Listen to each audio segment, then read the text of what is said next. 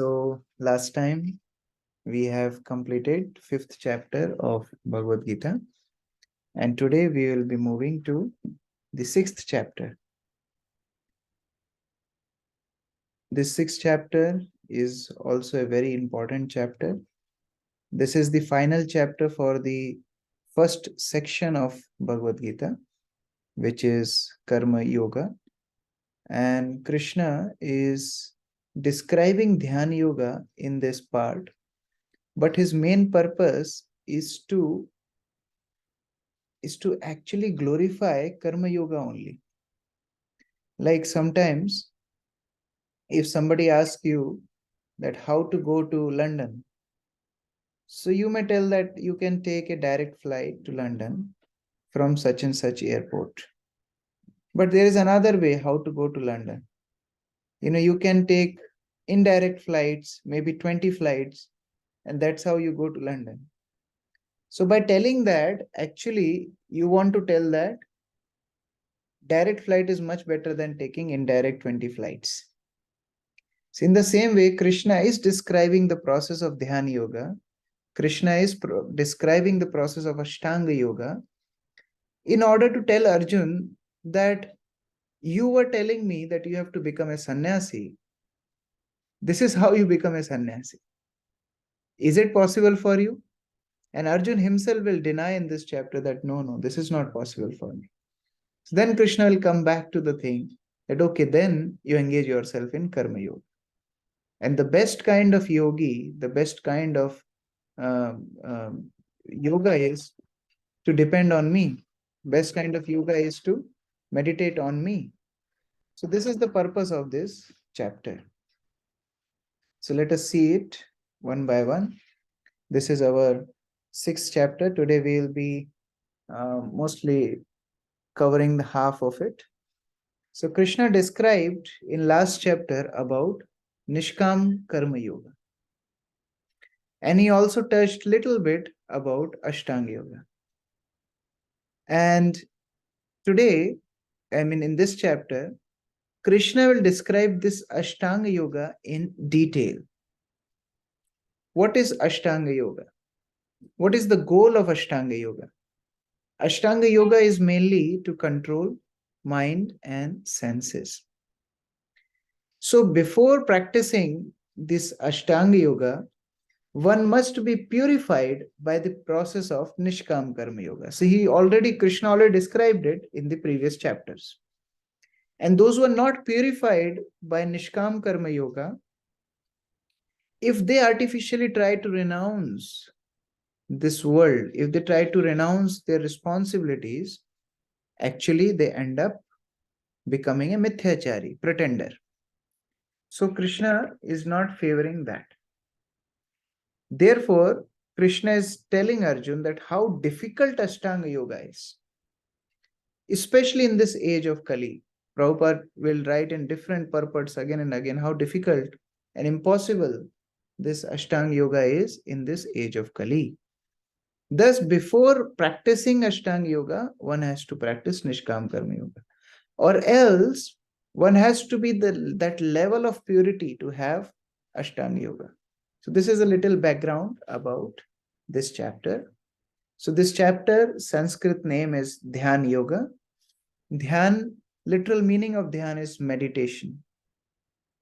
But extended meaning of Dhyan is it's a stage of just 1 second. Somebody is at the door. Just one.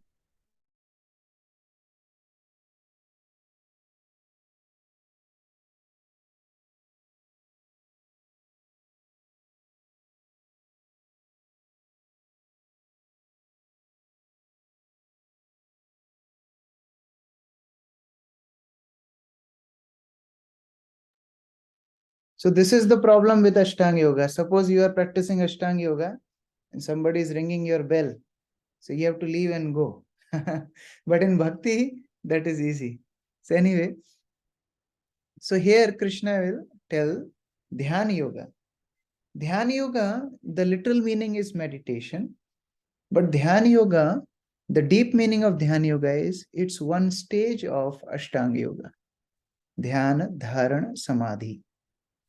So dharana, dhyana, samadhi. So that dhyana yoga is actually Ashtanga yoga. So people are in two categories. One is in practicing stage, one is in perfectional stage. Practicing stage is where person is aspiring for some goal. And perfected stage means somebody who has achieved his goal. So there are always these two categories. So in yoga also, there are two type of practitioners. One is yoga rukshur. Yoga rukshur means those who yoga arurukshur, means those who want to be on the stage of perfection of yoga. These are aspiring candidates of yogic perfection. And second stage is yoga rudha. Yoga rudha means those who are at the stage of perfect yogic perfection. So Krishna will tell difference between these two in the first 9 verses. Then Krishna will tell the stages in yoga practice.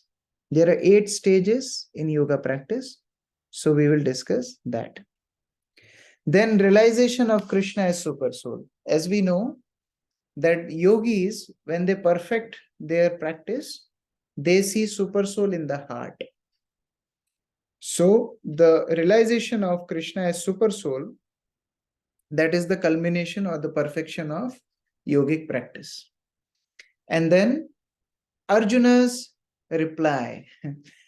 Arjuna rejects Ashtanga Yoga. Arjuna admits that Krishna, this is not possible for me. And he asks Krishna that what happens if somebody practices this Ashtanga Yoga and he deviates, he falls. So Krishna describes destination of the unsuccessful yogi. What happens to an unsuccessful yogi? And then Krishna will tell who is the topmost yogi. So the last part is those who fail in yoga, what happens to them? And those who perfect their yogic practice, what happens to them? So this is the last part of this chapter. So it's a very deep chapter.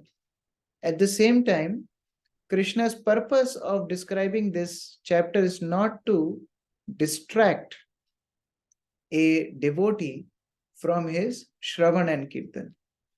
So when you read this chapter, there are two ways of taking it in a practical life. One way of reading this chapter is to understand how difficult other processes are and how simple Krishna consciousness is. This is one way of reading this chapter. Another way of reading this chapter is, if Krishna consciousness is the topmost level of spiritual realization, then Krishna consciousness should also have all the qualities of Ashtanga Yogi also. So what Ashtanga Yogi achieves after the practice of yoga, like Ashtanga Yogi is unaffected by dualities of material world. Ashtanga Yogi is determined. Ashtanga Yogi is not running after sense gratification. So all these qualities should also reflect in our devotional service. So this is also one way of reading this chapter. Like in Srimad Bhagavatam, there is a section where Devahuti is serving Kardam Muni. Devahuti is daughter of Swayambhu Manu, and she married a sage, Kardam Muni. And she is serving Kardam Muni with all her heart and energy and everything. So when we read that chapter, what we learn? We should learn that how a disciple should serve a spiritual master. Although the story is how wife is serving husband, we should not have that unrealistic expectations in Kali Yuga. That is story of previous yugas. But what we can learn from it is how a disciple should serve his spiritual master. So every section in scriptures can be taken in a practical life. And so this chapter also can be taken in these two ways.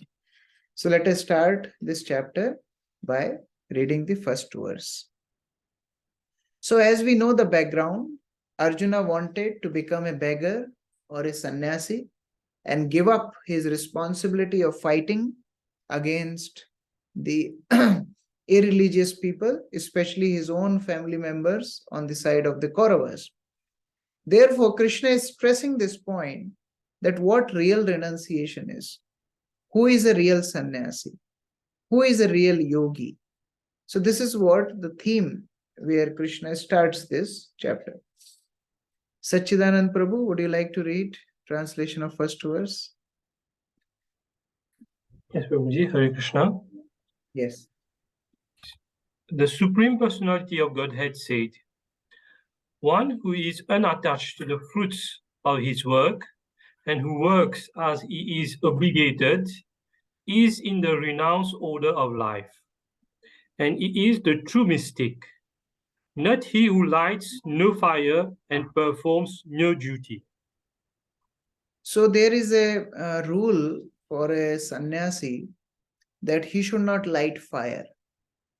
When traditional sannyasis in Varnashram would never light fire, that means they would not cook for themselves, they would not do any household activities, they would beg house to house, and also they were not worried for their own maintenance. This is the restriction for a sannyasi. But Krishna is breaking that conception. Krishna is saying, no, that is not a sannyasi who is na agnair, one who is not lighting fire. Na chakriya, kriya means activity. One who abstains from activities or one who abstains for doing any sacrifice, he is not a real sannyasi.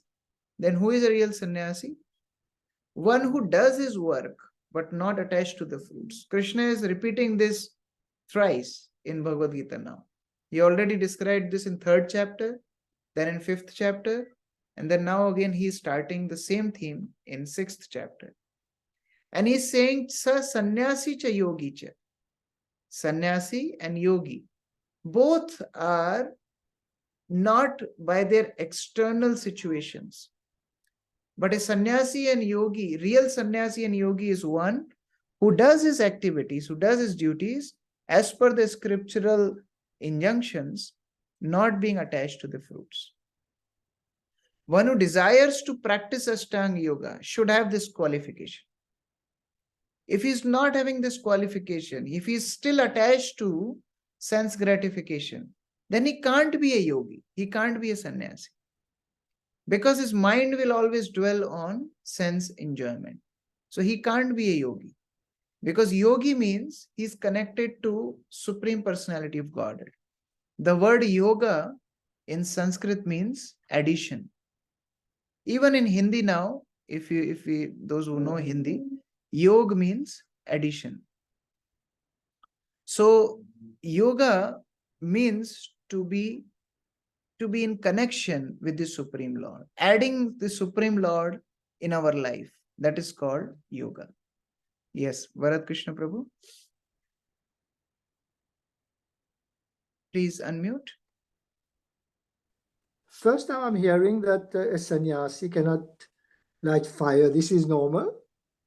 This is what this was the conception in the previous ages. This was the conception. Because sannyasis are not meant to do household activities. Even sacrifices, they are done by grihasthas, not sannyasis. And grihastha brahmanas would do yagyas. Like even in Ramayana we see Vashishta was a grihastha brahman. Vishwamitra was a grihastha brahman. So all these were grihasthas who were doing the yagyas. But sannyasi is not supposed to do all these activities.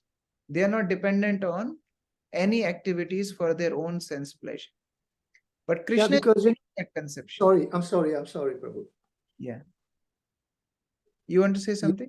Yeah. I want to say that, once Garga Muni, he was in Vrindavan and there was nobody to cook, and then he told Prabhupada that, okay, I will go and cook. Then Prabhupada told him, no, you cannot go and cook, you're sannyasi.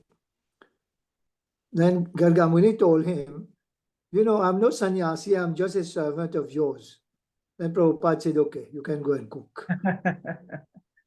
Yeah. So even for that reason, His Holiness Bhakti Charu Swami Maharaj was a sannyasi and Prabhupada's personal cook. And Prabhupada himself cooked in the initial days of ISKCON and fed thousands of people. So this is because Krishna is telling here that a sannyasi is who is not attached to the fruits, but doing his duties. Not that sannyasi who is not lighting fire. So Krishna is condemning that kind of sannyasi actually. Krishna is breaking that misconception that sannyas means, oh, I will not light fire, I will not do any activity, I will not go in between the crowd. That is not real sannyas. Krishna is telling real sannyas means take sannyas from your sense gratification. Be detached from your sense gratification. That is real sannyas. So that is what Krishna is telling here. Yes, Namra Sita Mataji. Hare Krishna Prabhu. Prabhu, I have two questions in this verse. Yeah. First is Agnihotra Yagyas. Can you just brief that? What were the Agnihotra Yagyas? And secondly, I wanted to know that mystic yogis are the ones who practice Ashtanga Yoga. Sorry, second question. Mystic yogis are the ones who practice Ashtanga Yoga. They are Yes. called. Yogis, Krishna will describe here who is a yogi. Actual yogi is one who is not attached to sense gratification. So that also we will come.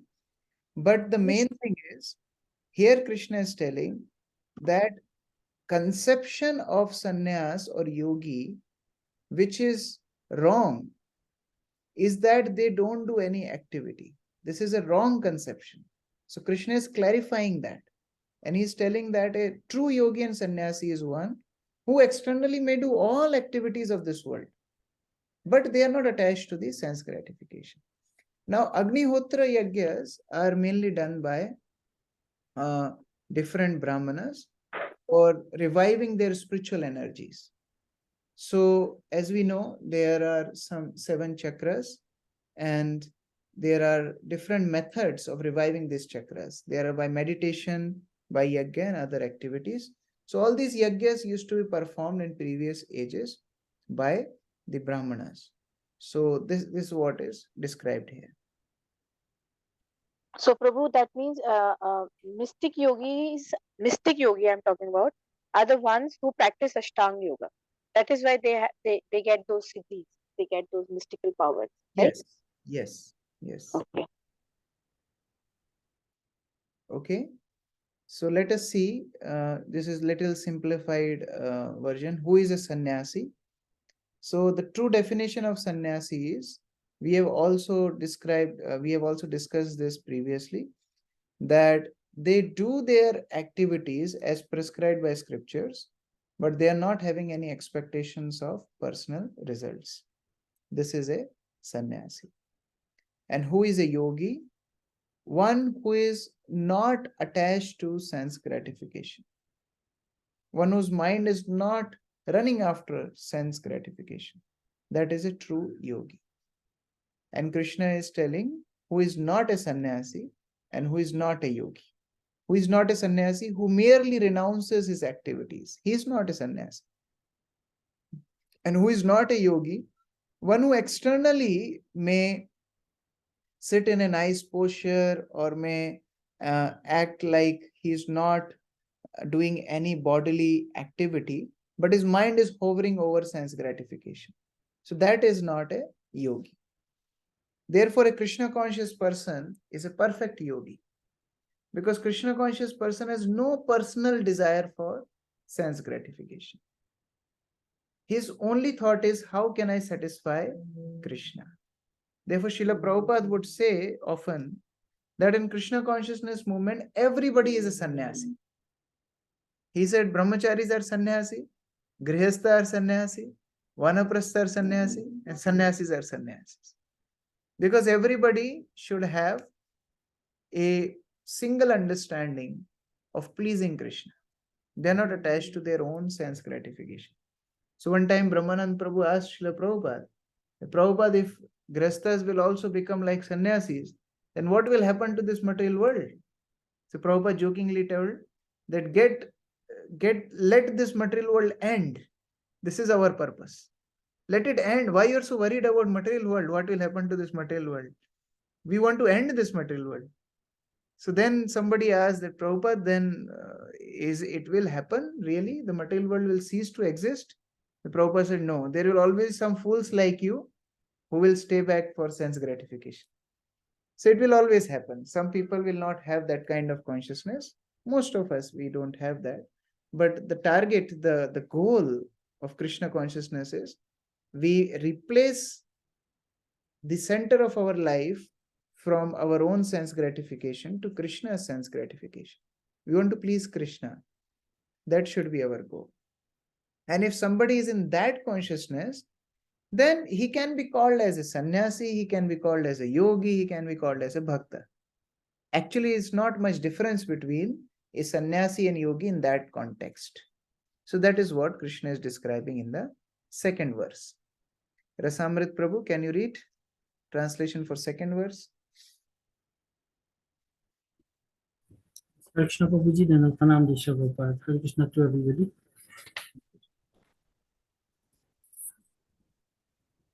What is called renunciation? You should know to be the same as yoga, or linking oneself with the Supreme.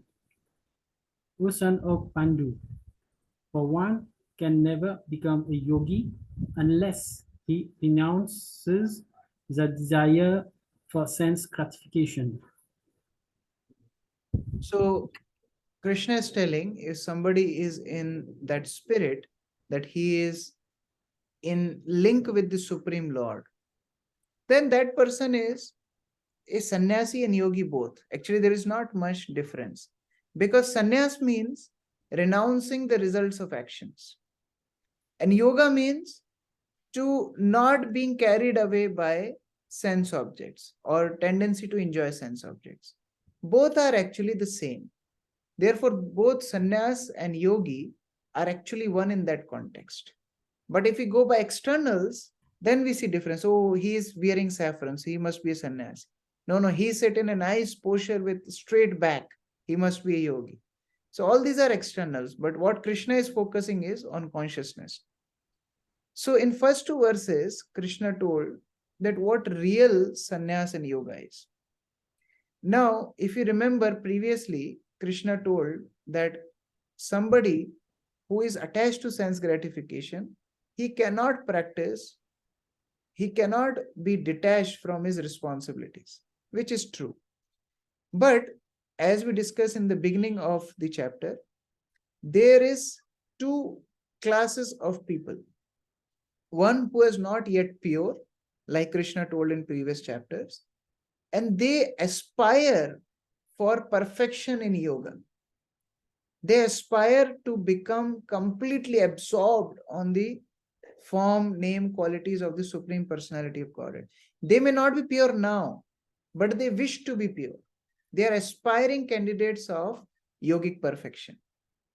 So that particular class of people are called Yoga Rurukshur. And those who are perfect, those who are perfect in their yogic perfection, they are called Yoga Rudha.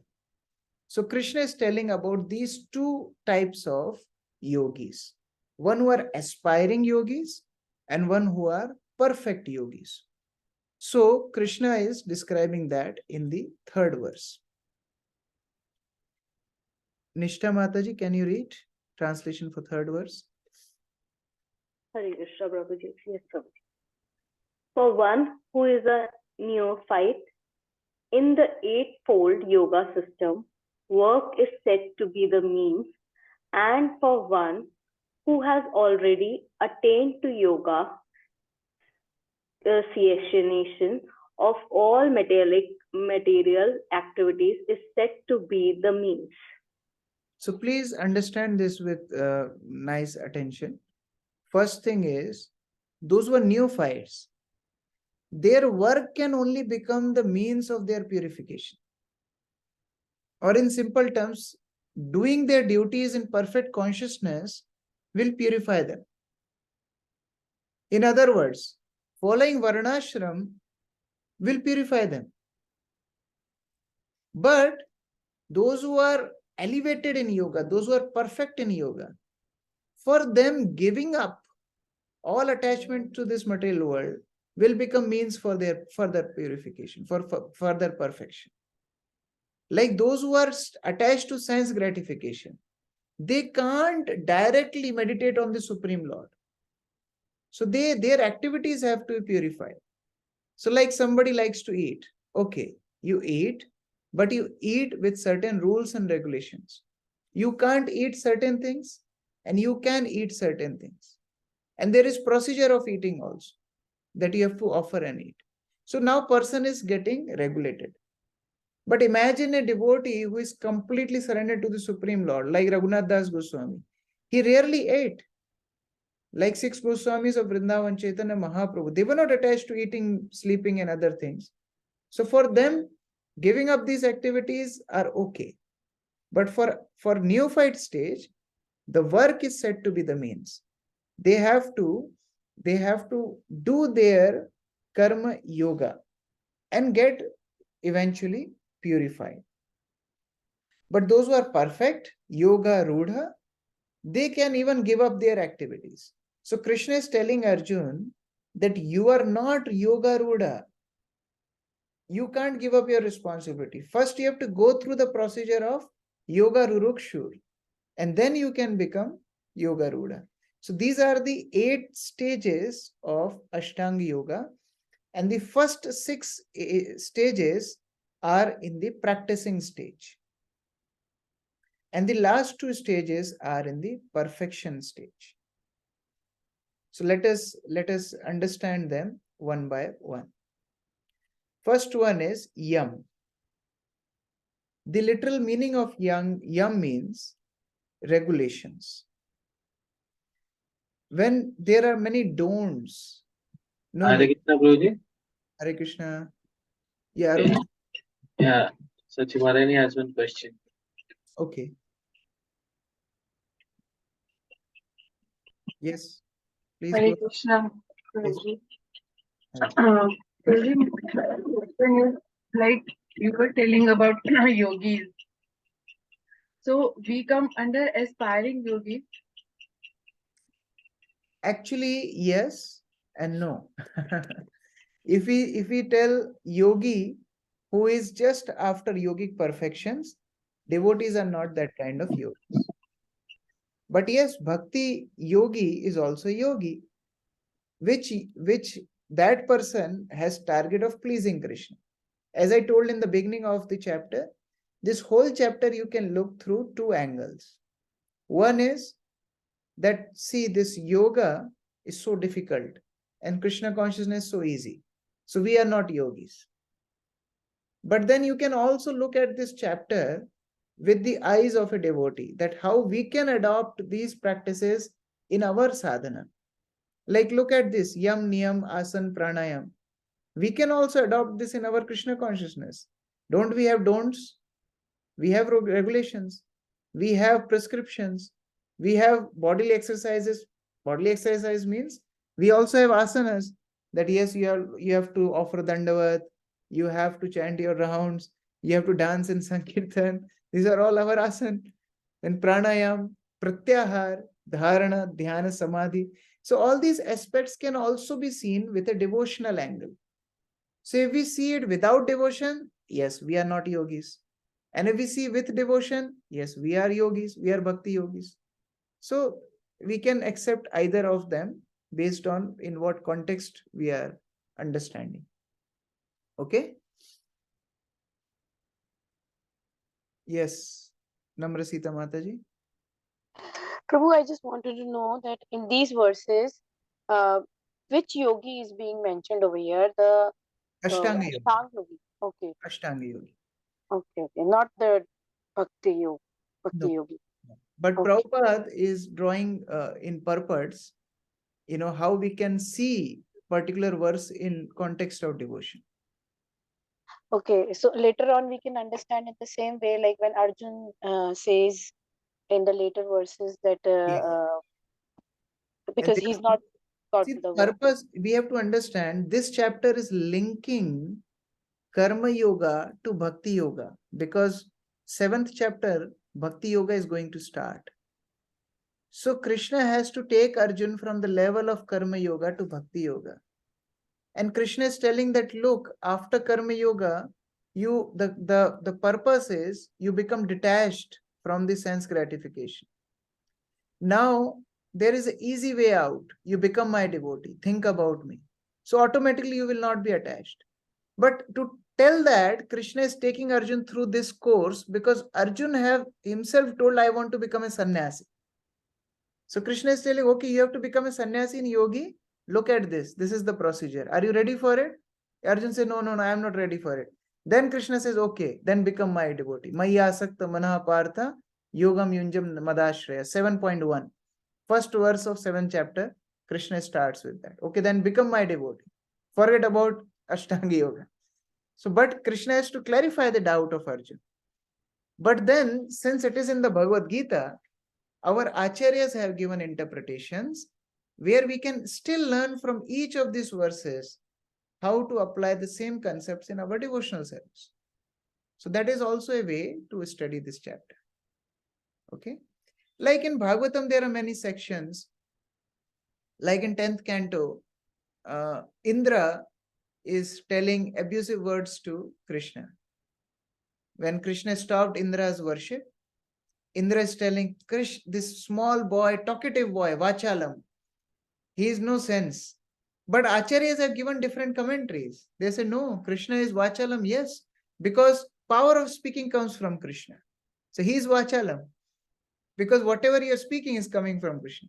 So this is the mercy of acharyas, that even subject matter which we may not understand directly in relation with Krishna consciousness, they have drawn teachings which are applicable to our sadhana bhakti, like that. Okay. So these are the stages of Ashtanga Yoga. The first stage is regulations, yam. One cannot become a yogi if he cannot give up his bad habits. Problem with today's world is so many people are now very fascinated by yoga, but they don't want to give up their bad habits. But first aspect of Ashtanga Yoga is regulation. One has to give up certain things which are detrimental to his spiritual life. Like in Krishna consciousness also, we are asked to follow 4 regulatory principles.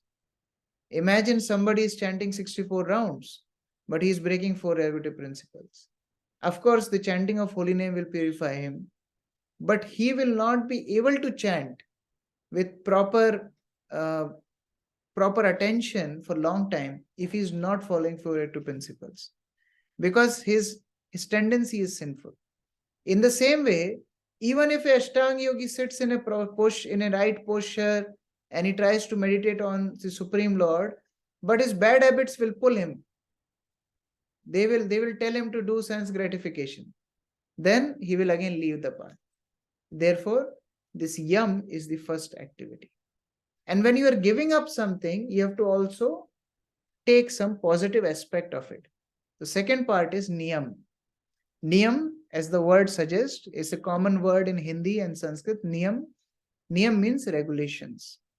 This is a positive note of regulation. Yam is a negative note where you are asked to give up certain things. And niyam means to accept the prescriptions. These are do's. Like yogi is supposed to be a brahmachari. That is niyam. Yogi is supposed to rise up early. Yogi is supposed to eat simple food. These are all niyam, do's. Then asan. Asan can be understood in 2 ways. One is to keep body fit is an important aspect of yoga. Because his body is not fit, a yogi cannot practice you cannot practice yogic practice for a long time. So asana is important. And second aspect of asana is to keep body disciplined. This is also aspect of asana. To keep body disciplined. Because if body is not disciplined, you can't expect good meditation. Like sometimes people have habit of, shaking their leg. Have you seen that? Some people sit that and they just keep on moving their leg. What it represents? Their mind is so disturbed that the limbs of body also cannot be stationary. They also cannot be in one place. Like child, if you've seen children, you tell them, like 3 or 4-year-old child, you say stand in one place. Can they stand in one place? Run around everywhere. This is like childish behavior. But yogi has to be mature. So the body has to be disciplined. He should learn to sit in long sitting postures. He has to learn to stand in one posture. Like the yogis in previous ages, when they used to do austerities, they used to stand on one leg, or they used to stand on one toe, or sometimes they used to sit in a single posture for ages. So this is asana. Now, 3 of these aspects are at gross level. Now we are going to subtle level. Pranayam. Pranayam means regulating the prana. Prana, the 5 life airs who maintain our body. But if we don't go that far also in understanding, simple thing is to discipline our subtle existence, like how we think, how we plan. These are all aspects of pranayam. Pranayam, literal meaning is breathing exercise, which nowadays people also do. But real meaning of pranayam is to discipline the prana, to discipline the thinking, to discipline the subtle existence of a person. Like just an example to understand. We have eyes, but then we have a tendency to see. Eyes are gross element, but tendency to see, a urge to see, desire to see things, this is a subtle aspect. So what to see and what not to see, this comes in subtle existence. So pranayam helps us to control our subtle existence. We focus on our internal existence. We focus on our soul. And therefore pranayam helps us to connect with the Supreme Lord in that way. So these are the first four stages. Then we go to pratyahar. Literal meaning of pratyahar is to giving up ahar. Now ahar means food. Now this food doesn't mean only food of mouth. This food means food of all senses. Like food for eyes is sight. Food for tongue is taste. Food for ears is sound.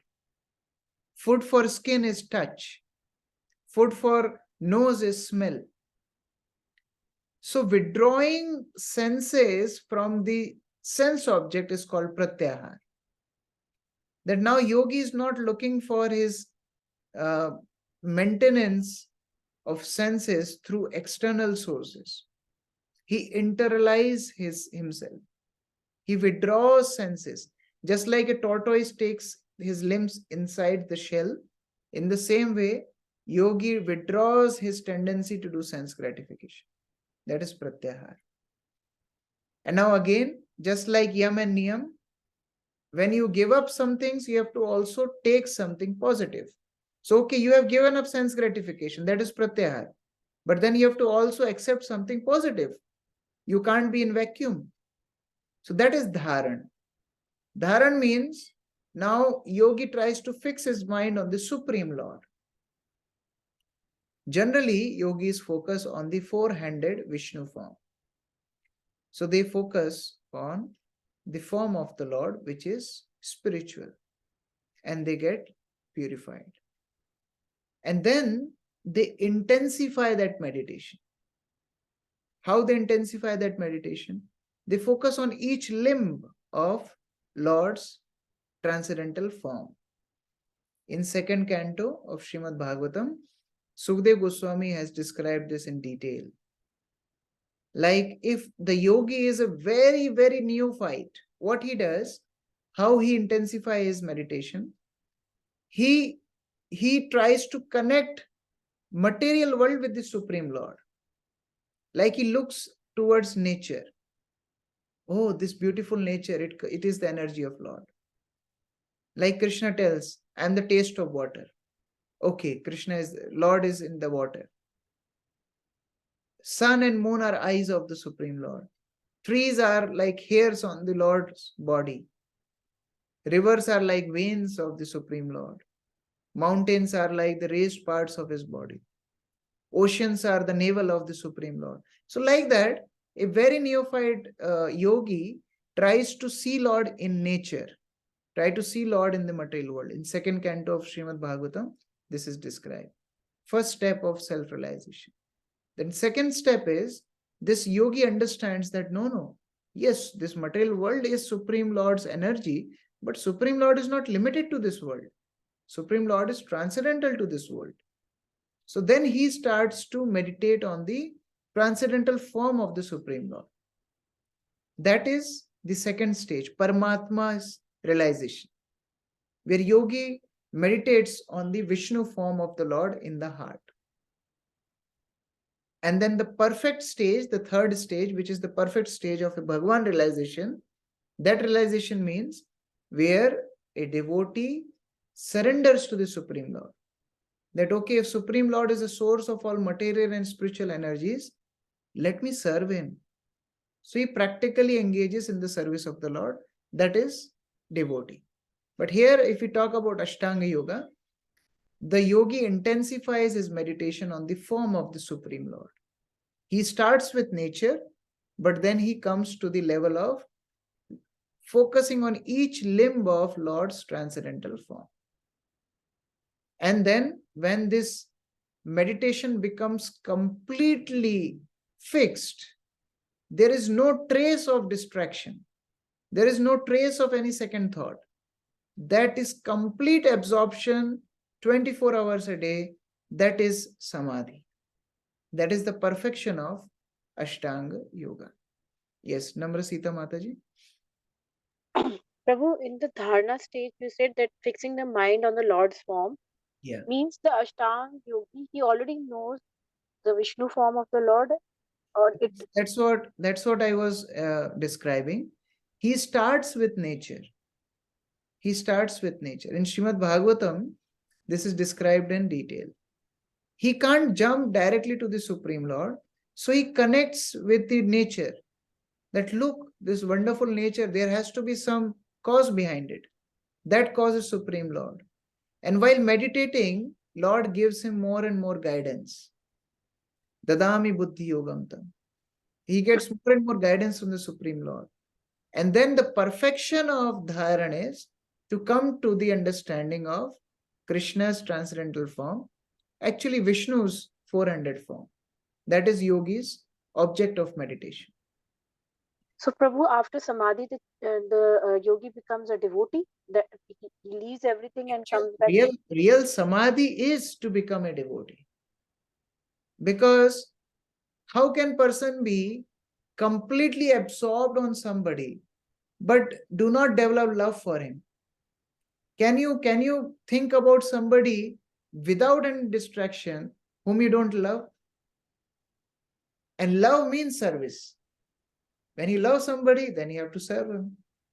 So a perfect yogi becomes a devotee, or in other words, a devotee is a perfect yogi. That's what Krishna will tell in the last verse of this chapter. That who is the perfect yogi? One who is my devotee. So complete absorption of samadhi is the level of devotee. Otherwise, yogi is till the level of dharan. That is aspiring yogic perfection. You remember, here we have discussed the 6 stages are the practicing stage. And the above 2 are yoga rudhasya, the perfectional stage. So if somebody doesn't come to the level of Krishna consciousness, actually he may fall back anytime. Therefore, they maximum go to the level of dharan. But real samadhi, real dhyan and samadhi is becoming the devotee of Lord. So that is the whole purpose of Krishna's explaining this theme. Now somebody may ask, what is the nature of person for whom this whole yoga process has been described? What is the nature of such a person? So Krishna is now describing nature of such a yogi. Keshava Priya Mataji, can you read translation for 4th verse? Hare Krishna Prabhu, yes. Text 4. A person is said to be elevated in yoga when, having renounced all material desires, he neither for sense gratification nor engages in fruitive activities. So a person who is on a perfectional stage of yoga, he neither acts for sense gratification nor he engages in fruitive activities. Then what he does? He serves Krishna with all his heart.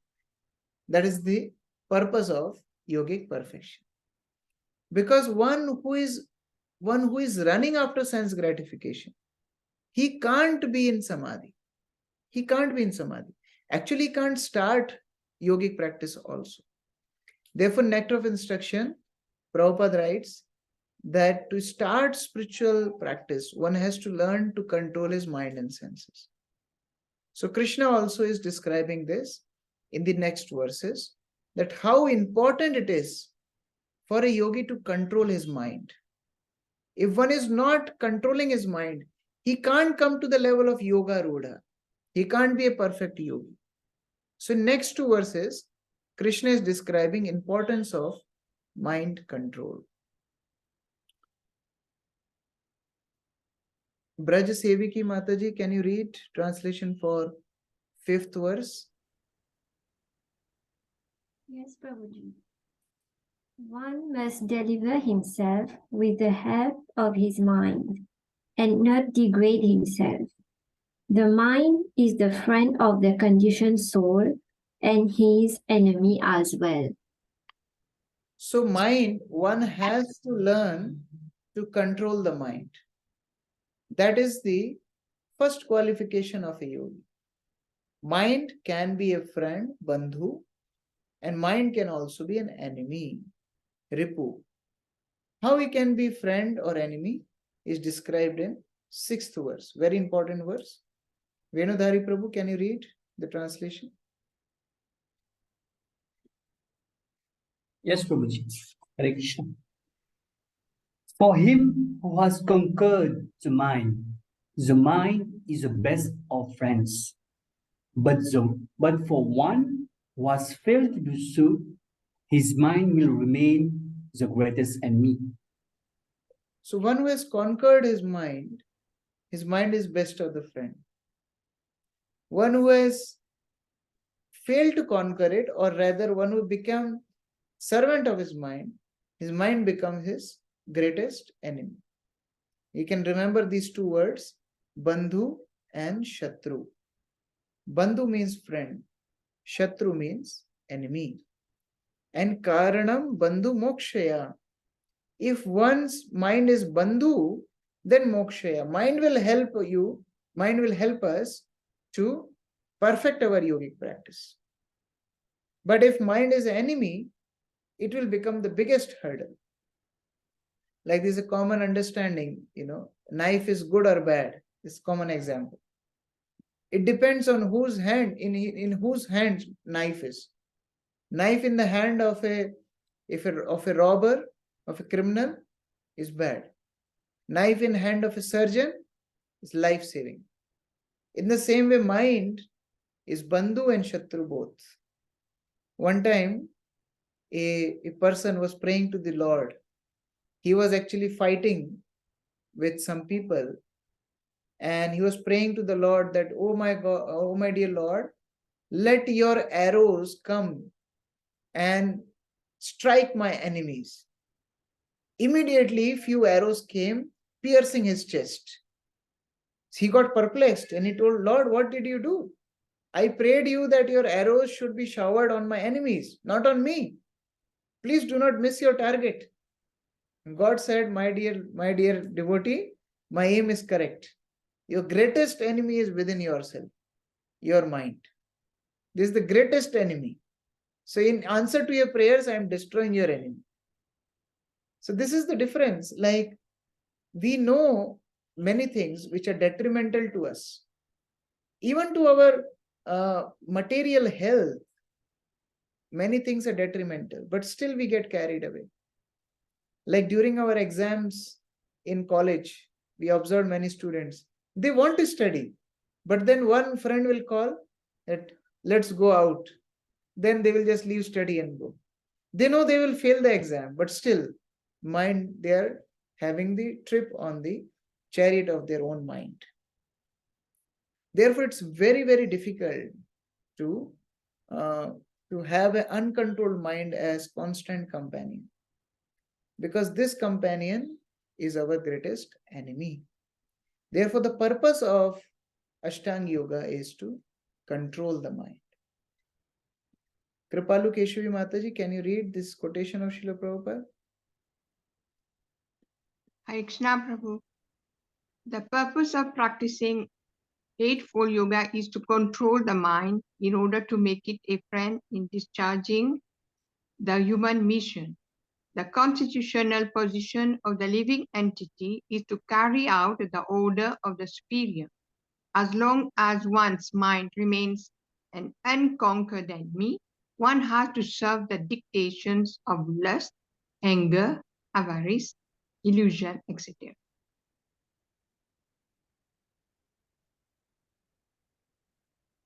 Please complete. There is more. Yes. But when the mind is conquered, one voluntarily agrees to abide by the dictation of the personality of Godhead. For one who takes to Krishna consciousness directly perfects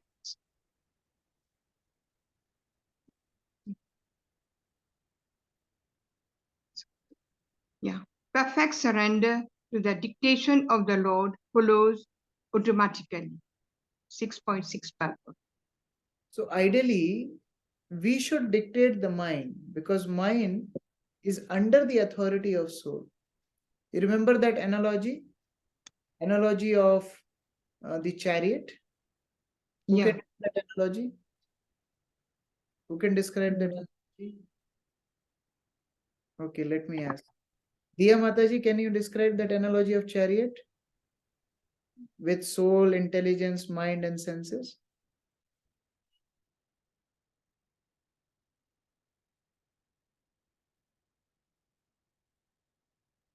Abhimanyu Sutta Prabhu. Yes, Prabhu. Okay, Diya Mataji. Yes. The chariot is compared to the body. Yes. And the soul is the driver. Yes. The driving instrument is soul is not driver. Soul is passenger. Okay. The mind is the driving instrument. Yeah. And the senses or the horses. Yes. The driver is intelligence. Yes. Driver is intelligence. The reins, the ropes to control the horses is mind. Horses are the senses, and passenger is the soul. So imagine you have hired a taxi. Now you tell driver where to go. Now imagine you sat in the car and driver takes wherever he wants. It's not an ideal situation. So soul should command on intelligence and mind, not mind should command on the soul. So now what is happening in conditioned stage? Mind is commanding the soul, which is not proper.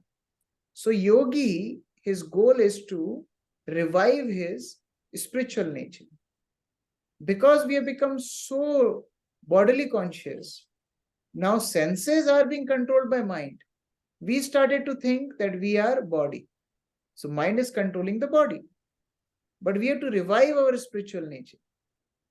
And when we revive our spiritual nature, we realize that actually mind should be under the control of soul. So when we control the mind, we can dictate the mind. No, you remember Krishna. But when mind is commanding us, then we are just following the demands of the mind, which is not ideal. Therefore, Krishna has described here the importance of mind control. Now, in next 3 verses, Krishna is describing the qualities of a perfect yogi. How you can recognize a perfect yogi. What are his symptoms? This is described in next 3 verses, 7 to 9. There are many important qualities which are described here. As we already discussed, first thing is Jitatmanaha, one who has controlled his mind. This is the first qualification. Second thing is Prashantasya. Because his mind is under control, he don't have to run after sense gratification. So he is Prashanta. Shanta means he is peaceful. Then third is Paramatma Samhita. He is always focused on the service of the Supreme Personality of Godhead. Then neutral. He is neutral to all dualities. Heat and cold. We have discussed this before also. Happiness and distress, honor and dishonor. He is equipoised. Then where do we search his enjoyment then? Because soul is Anandamaya Abhyasat. Soul has to become happy. So if that yogi is not affected by dualities of material world, for him heat, cold, everything is same, then where do we find his happiness? In the scriptures. Jnana Vijnana Triptatma. He loves to be satisfied in the knowledge of the scriptures. And when that knowledge is realized, it becomes Vijnan. Gyan means theoretical knowledge. Vijnan means practical realization. And such a person is Sthito Vijitendriya, Kutustho Vijitendriya. He is situated in transcendence, and Vijitendriya means who has conquered the senses. That person is self-realized and can be called as yogi. Now these are all internal qualities. Now externally also, he has equal vision to the objects of this world and equal vision to the people of this world. Like, you remember the story of Sanatan Goswami? Like one time, one person, he got a news that Sanatan Goswami has touchstone. So he came to Sanatan Goswami and he asked that, I heard that you have touchstone. So Sanatan Goswami told, yeah, I had it, but long before I threw it in garbage. So can you look, in the backside, there is some garbage. You can find it there. Person became very excited and he went and he was searching in garbage. He found the touchstone and he checked, is it a real touchstone or not? He touched some iron and it became gold. He became very happy. When he returned home, his wife starts to chastise him. He said, why are you chastising me? He said, if somebody has given you touchstone, which he threw in the garbage, that means he has bigger treasure than this. So why you came back by taking this touchstone? You should ask bigger treasure than this touchstone. So the man came back and he told Sanatan Goswami that my wife has given me a nice lesson. My wife told that you gave me touchstone, which you threw in the garbage. That means you have bigger treasure than touchstone. Sanatan Goswami said, yes, I have the biggest treasure of this world. But one condition, you have to throw this touchstone in Yamuna. So that person became very serious. He said, really, I have to do that? Yeah, you have to throw this in touchstone in Yamuna, and then I will give you the greatest treasure of this world. So this person went and threw that stone in Yamuna and came back. And Sanatan Goswami said, okay, raise your both hands and chant with me. Hare Krishna, Krishna Krishna, Hare Hare, Hare Ram, Ram Ram, Hare. This is the biggest treasure. Golokera Premadhan Harinam Sangeet. So such a person, he sees gold, silver, pebbles, stones, everything equally. For him, service to the Supreme Lord is the biggest treasure. And also, he sees people of this world also equally, like Prahlad Maharaj. You know, when Hiranyakashipu told Prahlad, why you worship Vishnu? He is our enemy. And Prahlad said that I don't have any distinction who is my enemy and who is my friend. For me, everybody is same. So such a person in no distinction, who is well-wisher, who is neutral, who is enemy, has no distinction. He loves everybody. Yes, Namrasita Mataji. Prabhu, in verse number 7, what does this actually mean? The super soul is already reached. For one who has conquered the mind, the super soul is already reached. That means that, like if we say that if you have studied well, that you have already became a millionaire. That means what? That you have studied nicely. Now to become millionaire, it's easy. So it's a way of expressing that one who is conquered mind, super soul is already achieved. That means it's very easy to achieve super soul if somebody has conquered the mind. So way of is an expression. So like that, Krishna describes the symptoms of a yoga ruda, means a perfect yogi. And Srila Prabhupada tells that such a person who is situated in yoga ruda actually is guided by superior dictation. He is guided by the Supreme Personality of Godhead through scriptures, through Paramatma, and he follows the commands of the Supreme Lord. As a result of it, he is not affected by the dualities of material nature. Such person is in perfect samadhi, practical samadhi, absorption in the service of the Supreme. He has no other distraction in life. So like that, person is on the level of yoga ruda. Namrasita Mataji, you have something? Okay. Previously. Now a question may be asked. How to come to that level? Is it possible to come to that level? Krishna says yes. There is a proper way how you can come to the level of a yoga ruda practitioner. So that is the theme of next few verses. Krishna describes what are the prerequisites for being a perfect yogi. So if we see them, like first requirement is you have to be alone. There cannot be family trip becoming a yogi. You have to be alone. Then Saucha Deshe, it should be a purified place. It should be a transcendental place, preferably a holy place. Then you have to sit on a kusha grass, having a fixed posture, no fear, celibacy, unagitated, and mat chitta. Krishna is saying you have to concentrate on me, and then you have to stop all material activities and be regulated. So we will discuss this one by one.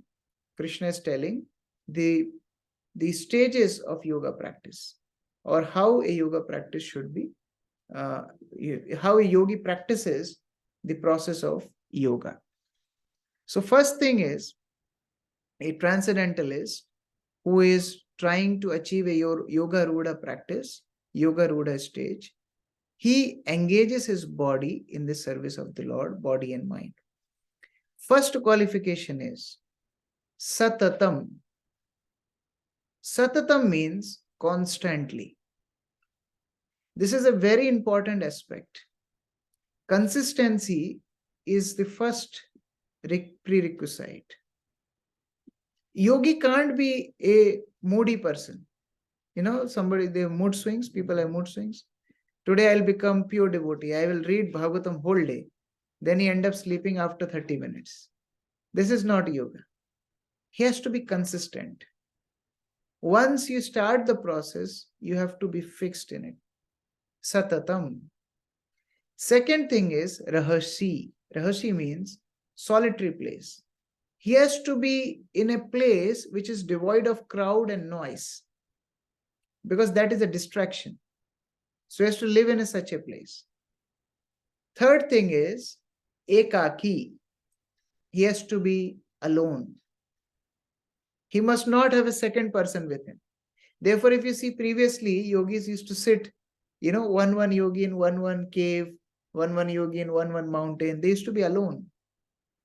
Because if you're second person, then you have prajalpa. Second person means prajalpa. Even if you have some thought, there is nobody to share. So automatically you have to be silent.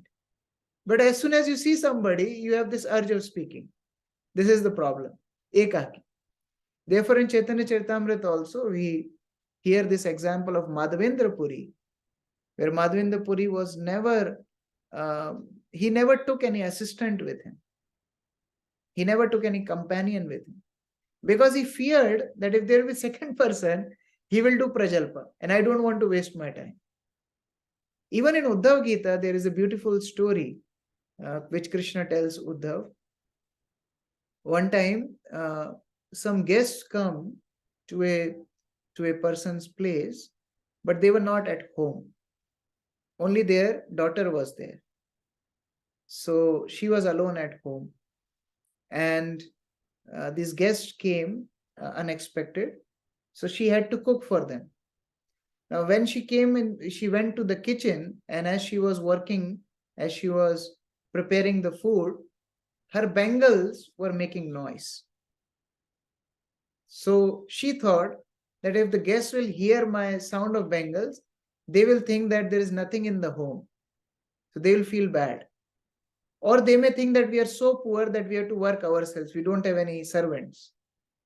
So both ways, they will not feel good. So what she did, she broke all her bangles, leaving only one in each hand. So if there is only one bangle, there will be no sound. Because sound of bangle means when 2 or 3 bangles, they clash with each other, then there is sound. If there is only single bangle, there is no clash, no sound. So Krishna tells Arjun that you stay alone. Sorry, Krishna tells Uddhav a lesson from this story, that a yogi should stay alone. So here also Krishna is saying, for practice of Ashtanga Yoga, one has to be alone. And then Yata Chittatma, one has to control his thought and mind. Where his mind is going. Okay, he's alone, but he's always thinking about his family. He's always thinking about his job. He's always thinking about his other attachments. Then purpose is not fulfilled. So although he is alone, he should control his mind and senses. Okay, then by this austerity, what is the result? Hiranyakashipu also did austerities. Hiranyakashipu did such severe austerities. But what was his desire? His desire was to control the Supreme Lord, control the demigods, control the material nature. So Krishna tells 5th qualification, Nirashi. Yogi must be free from material desire. If you have material desire, you can't be yogi. Then, is it like Mayavadis? No desire, no, nothing? No.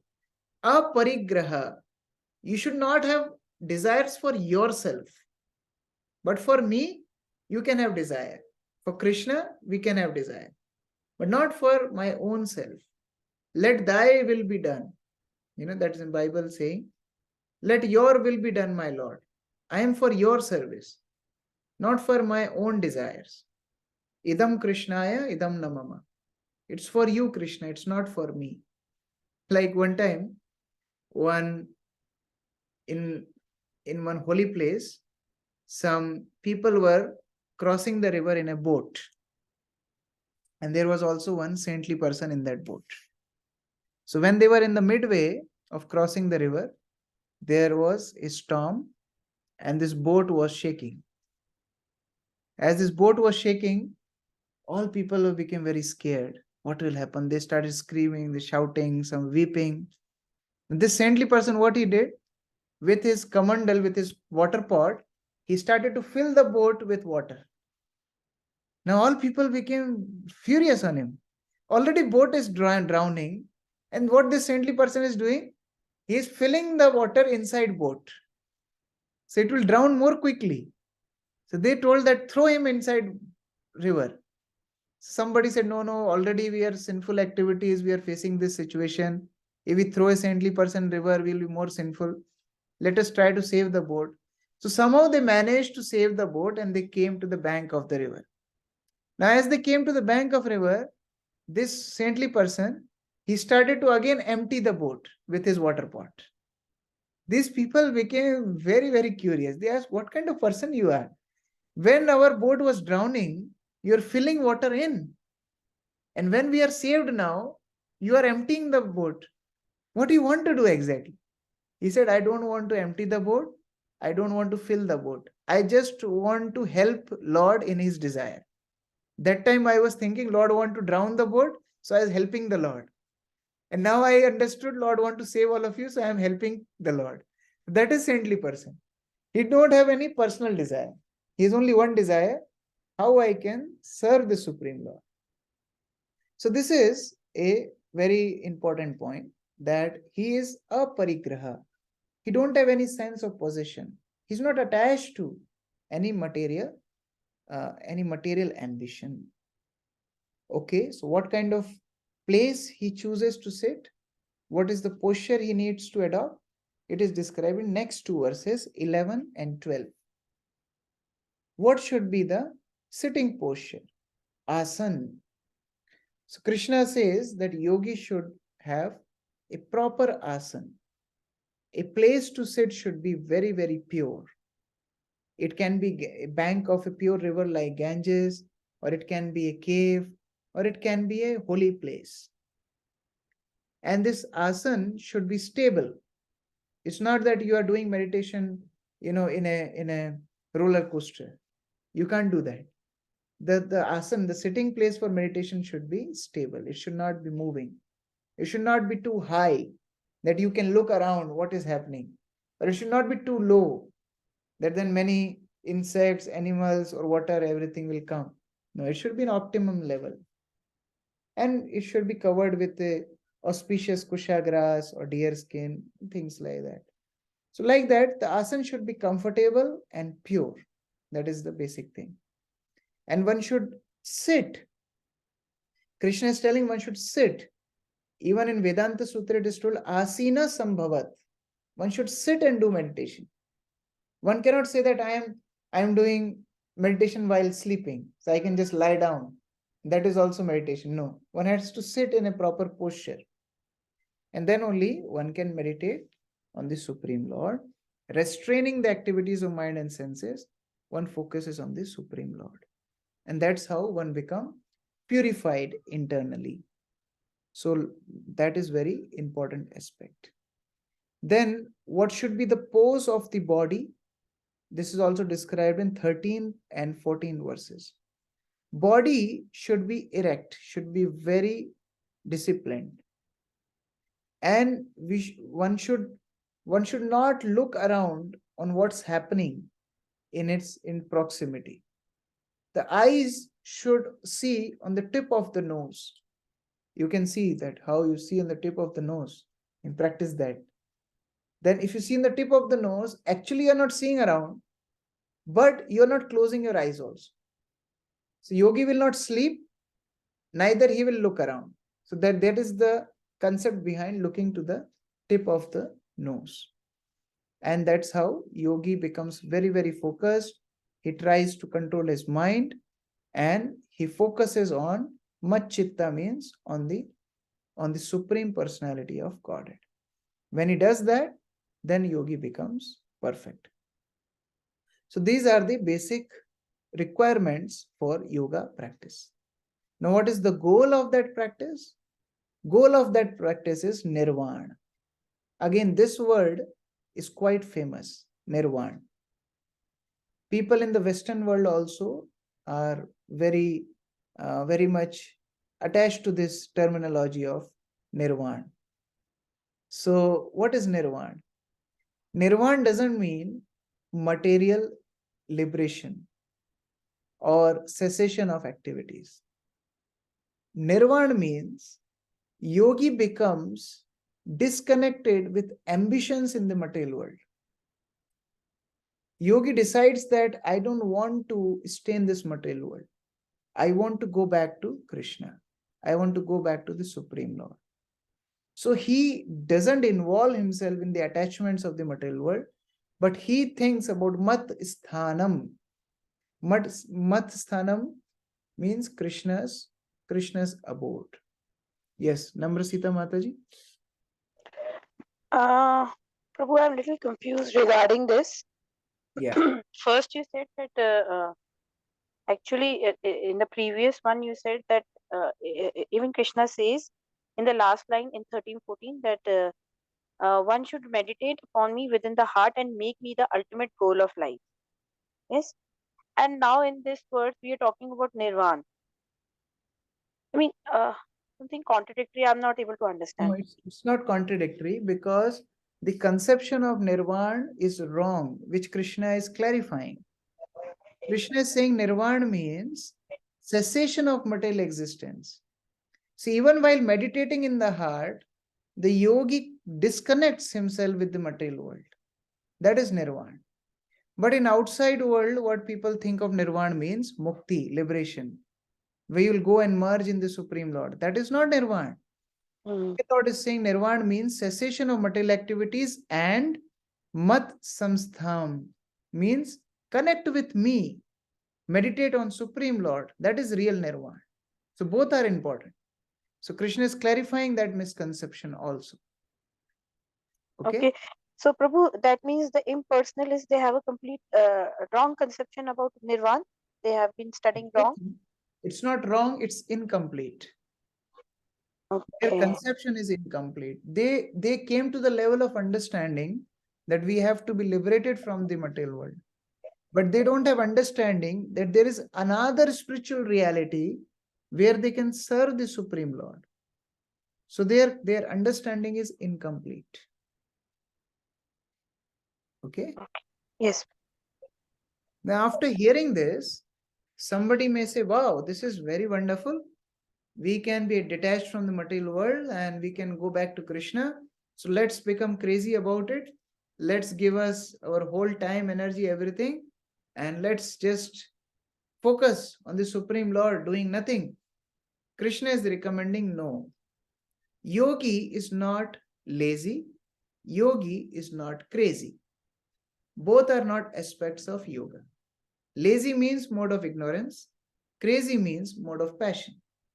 Both are not aspects of yoga. Yogi is in the mode of goodness, and one of the important aspects of goodness is balance. So this is very important verse where Krishna talks about balancing life. Okay, let me see. Devadev Prabhu, can you read 17th verse? Please read verse and translation both.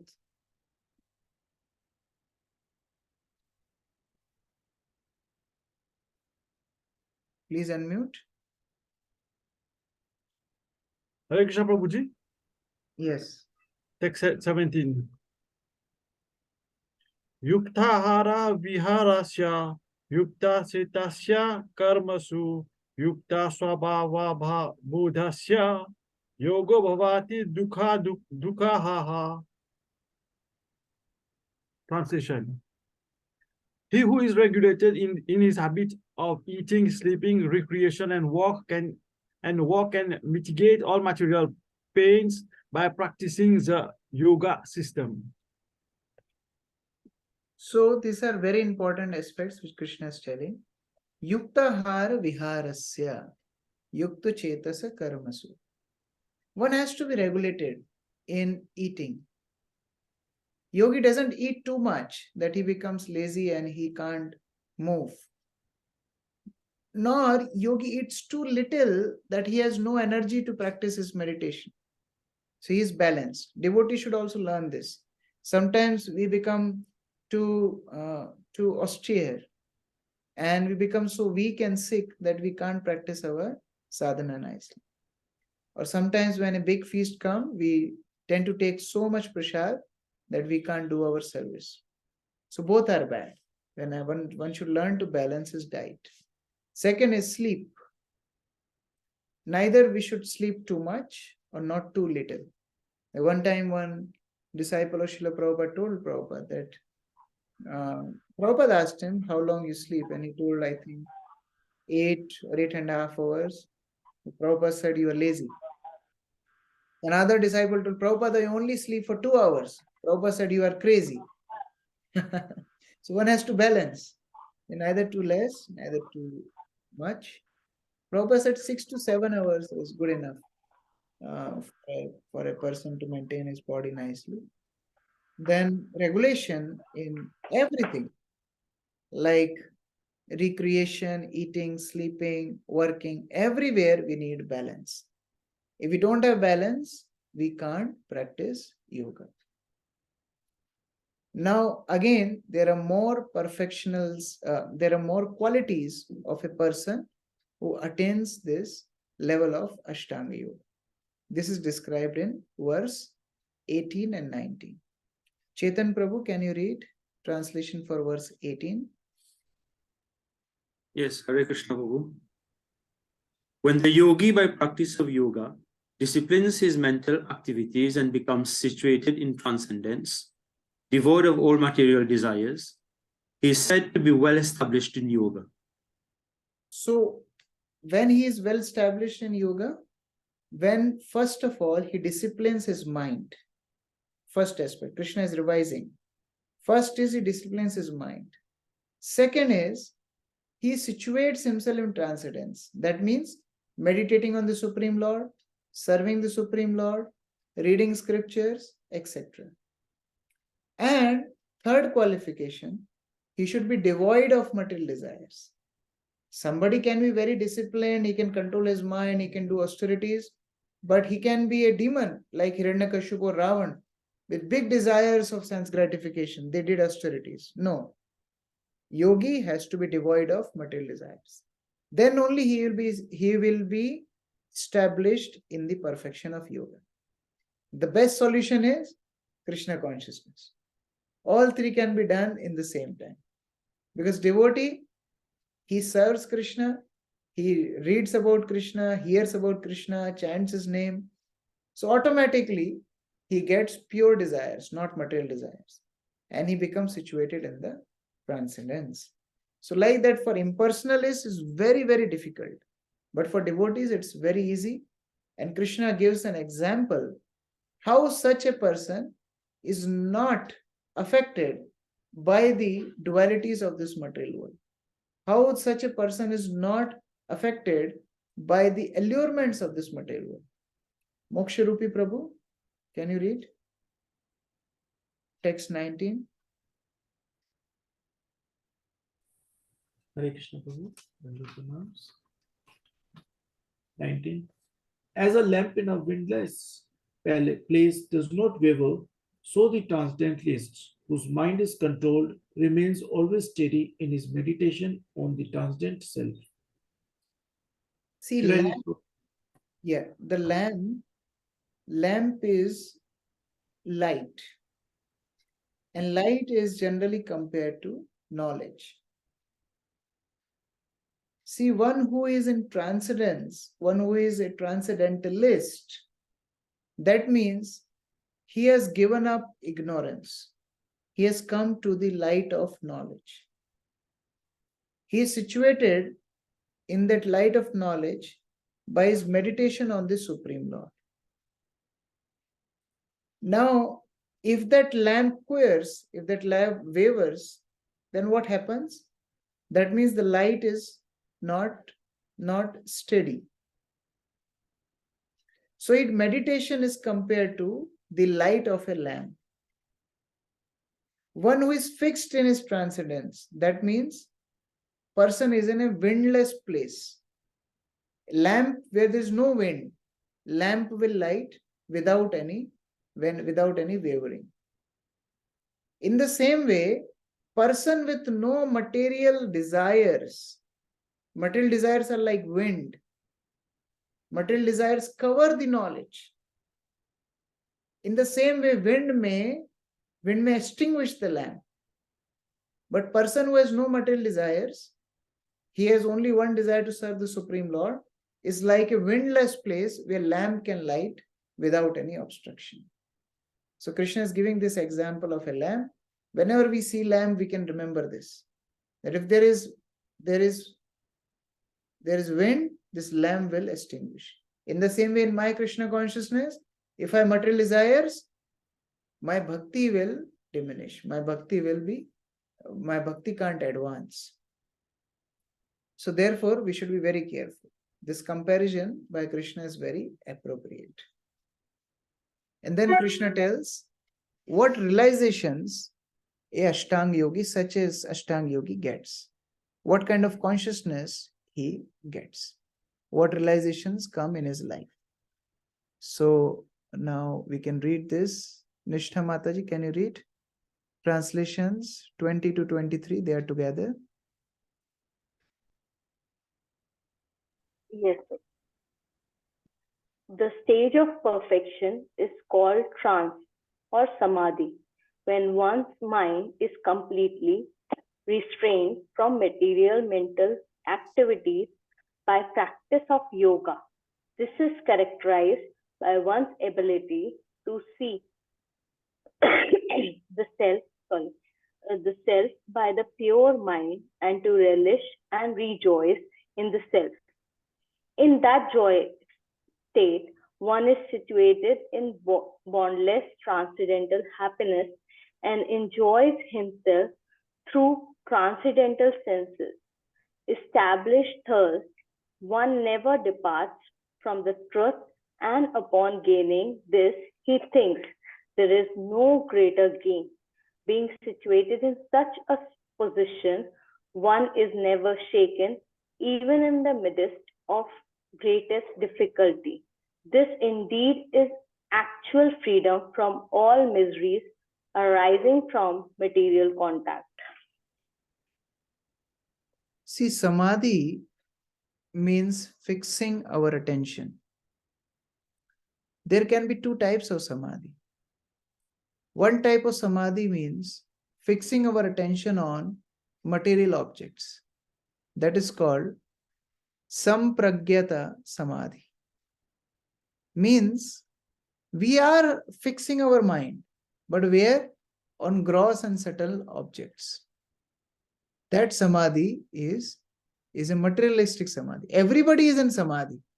Do you think businessmen are not in samadhi? They are in samadhi of their bank balance.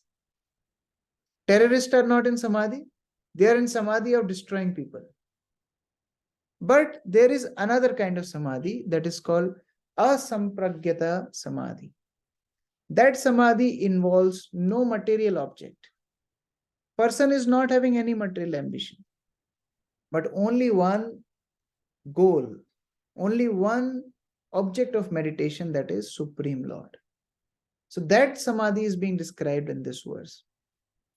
Krishna is telling one who is in perfect samadhi, what are his realizations. First one is Pashyan Atmani Tushyati. First is that yogi is satisfied meditating on the Supreme Lord. That is his first reason for being satisfied, that he is just satisfied that he is getting association of the Supreme Lord in the heart, Paramatma especially. Then what is the result? Sukham. He experiences bliss, Sukham, and not temporary, Atyantikam, continuous bliss. And therefore, his intelligence is not going to sense objects. Because if you are getting a full Rajbhog plate of Mahaprasad, why you will eat dry chapatis?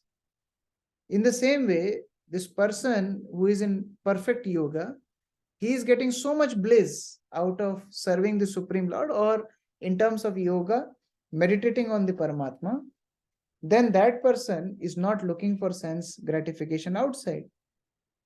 And therefore, that person is in true samadhi.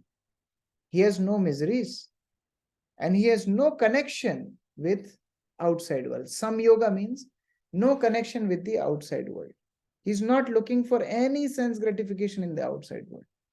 So that is real samadhi, where person relishes his bliss inside heart. He has no requirement to go in the outside world.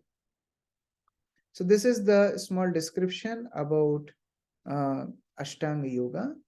And now tomorrow we will see how Krishna is telling about this Ashtanga Yoga, and Arjuna is rejecting this Ashtanga Yoga. And then Krishna comes to the point where his devotees are the best yogis. Yes, Saurabh Prabhu. Hare Krishna, Prabhuji, Dandavat Pranam. Prabhuji, in here, Krishna talks about also recreation. Yes. So, a yogi who's at a secluded place and who's alone, how can that recreation means like he will be able to, balance all the activity? Because what we have heard is that the yogis, go for 1,000-year tapas, and then there's no recreation. So, how does that work in that case? Actually, Krishna is telling there how to start. You see, there are different stages of yoga, right? Ashtanga Yoga has 8 stages. So perfected state is samadhi, where person has no requirements from outside world. He doesn't need to eat. Like Dhruva at perfect stage, I mean the 6th month of his austerities, was not eating, drinking, not breathing also. But when he started, that time he was eating. So how he has to eat? He has to eat in regulation. In the same way, when yogi starts, that time he may feel that, okay, I need to smell a nice flower. It can be a recreation for a yogi. Or maybe a bird may be around, a beautiful bird. He may be seeing a beautiful bird. So it's okay. But that also has to be a balance. So Krishna is telling how a yogi has to start. He has to have a nice place, a pure place, secluded place. He has to be alone.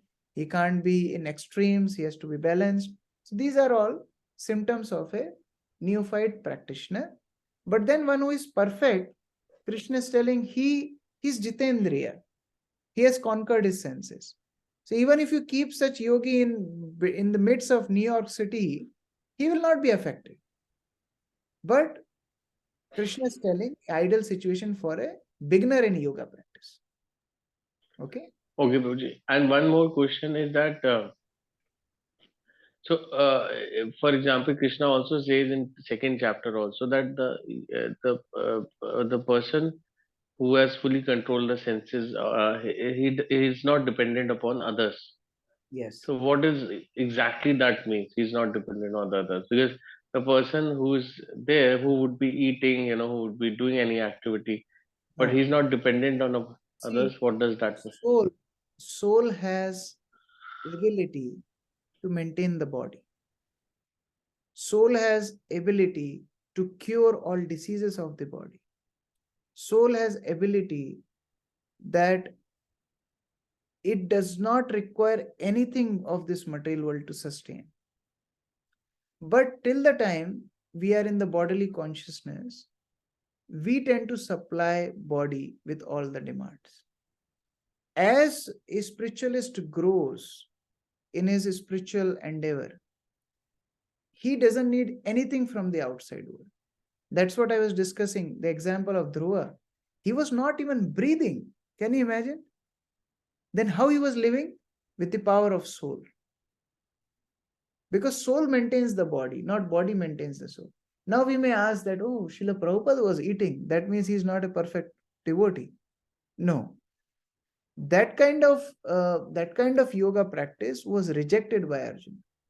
A devotee don't need to do all these different austerities, difficult austerities. They eat nicely, sleep nicely, they live their life nicely, but their main aim is the same. Ashtanga Yogi aim is same, to withdraw their attention from material world and focus on the Supreme Lord. Devotees aim also same, that they eat, sleep, whatever they do for the pleasure of the Supreme Lord. So yes, it is possible for a yogi to not take any help of this material world to sustain. It is quite possible.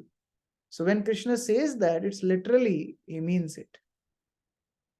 Okay? Okay. Namra Sita Mataji. Prabhu has few questions in this 20 to 23rd verse. Yeah. One of the lines says, some unauthorized commentators try to identify the individual soul with the super soul. I'm Yes. not sure. See, the Mayavad concept is that we are all the supreme lords. This is what the Mayavad concept is. And they think that, okay, in conditioned state, we are not able to understand it. But if you meditate nicely and if you become perfect yogi, then you will merge in the Supreme Lord. So you don't need to meditate on anybody else, just meditate on yourself. That is their thing. So they think that their soul is only super soul. They are not the real yogis. Their destination is hell. But those yogis who meditate on the Supreme Lord, four-handed form, they go to Vaikuntha. Like that. Okay. Prabhu, the next is the duality of knowledge and knower is not accepted by the non-dualist, but in this verse, transcendental pleasure realized through transcendental senses is accepted. Yeah. Can you repeat? The duality of knowledge and the knower is not accepted by non-dualists, but in this verse, transcendental pleasure realized through transcendental senses is accepted. See, And those this is who are non-dualist means Mayavadis. Huh? Mayavadis, what they say, that see the ultimate knowledge is within you. So why you need to go to somebody else? So they don't depend on others. They think that even my material existence is my leela. That's what they understand. But those who are in transcendental realization, they understand that no, this is wrong. Transcendental pleasure, transcendental senses, transcendental understanding is different from material senses, material understanding. Now the body which we have, now the intelligence which we have is polluted. We can't say that if you meditate on myself, I can be liberated. No, I will be more and more bound to this material world. If I am bound by this chair, I need somebody who is not bound, who is free to release me. Right? In the same way, if I'm bound in the material nature, I can't meditate on material objects to get liberated. I need to meditate on a transcendental subject matter to get liberated. So that is dual. We have to understand that material world and spiritual world, they're different. Mayavadi means everything is Maya. Lord is Maya, we are Maya, everything is Maya. That is Mayavadi. Or else everybody is Lord. You are Lord, I am Lord, Lord is Lord, everybody is Lord. So that hodgepodge is Mayavad. But a spiritualist who is in perfect understanding, he knows what is matter, what is soul, and who is controller of both, the Supreme Lord. So this understanding, that person is having. And Prabhu, one more last one. When one becomes situated in the transcendental position by various philosophical researches, he is said to have achieved Samprajanata Samadhi. So, I have discussed this. I'll just open the PPT. There are two types of Samadhi. Sampragyata and Asampragyata. See, Sampragyata means meditation on the objects of this world. So somebody may be, researching different gross objects. You remember we discussed Sankhya philosophy. This is in Sampragyata. That by the elements of nature one try to meditate. But Sankhya is not complete until it comes to the level of Supreme Lord. So then it comes to the level of Asampragyata. Asampragyata means now no more meditation on the material objects. Now I am focusing on my meditation on the Supreme Lord. So that is perfect Samadhi. When Krishna talks about perfection of Samadhi in 20 to 23 verses, he's talking about Asampragyata Samadhi. Okay. Okay, now I have a question. Tomorrow we were supposed to have exam, but I need one more class. Can we have exam on Thursday? Yes, Prabhu. Yes, Prabhu. Anyone has problem? Yes. Meet on Thursday? Hare Krishna Prabhuji, I am not available on Thursday. Sorry, Okay. Prabhuji. I'm back for another day. Then Same for us, it will not take more than 30 minutes. Prabhuji, I will have to check with my office. Okay. What about Sunday? Sunday night? Sunday in the evening, we have Service. Sunday program. Have service. Service programs. Then what to do? Thursday is okay, Prabhu, for us. Or we can do one thing. Let's keep it on Monday, but you can come at 8 o'clock. Give exam, and then 8:30 we can continue the class.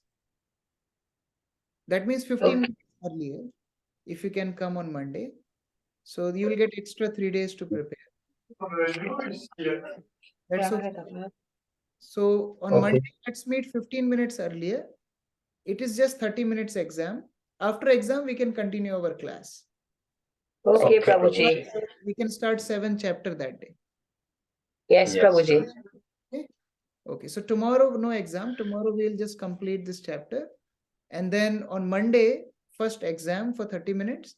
And then we can continue our studies. Okay.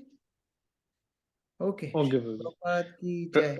And Prabhuji, when will be the test for the verses and the open book OPA for this second unit? Second unit, once we start, I will share the OB. I'll share the OB that time. Because we need to do little exercise for that OBA first. Then it will be helpful for you to write that. Yes. Srila Prabhupada ki jai. But verses you can remember for second unit from now on, because I've shared it long before. So it will be easier to remember. Hare Krishna.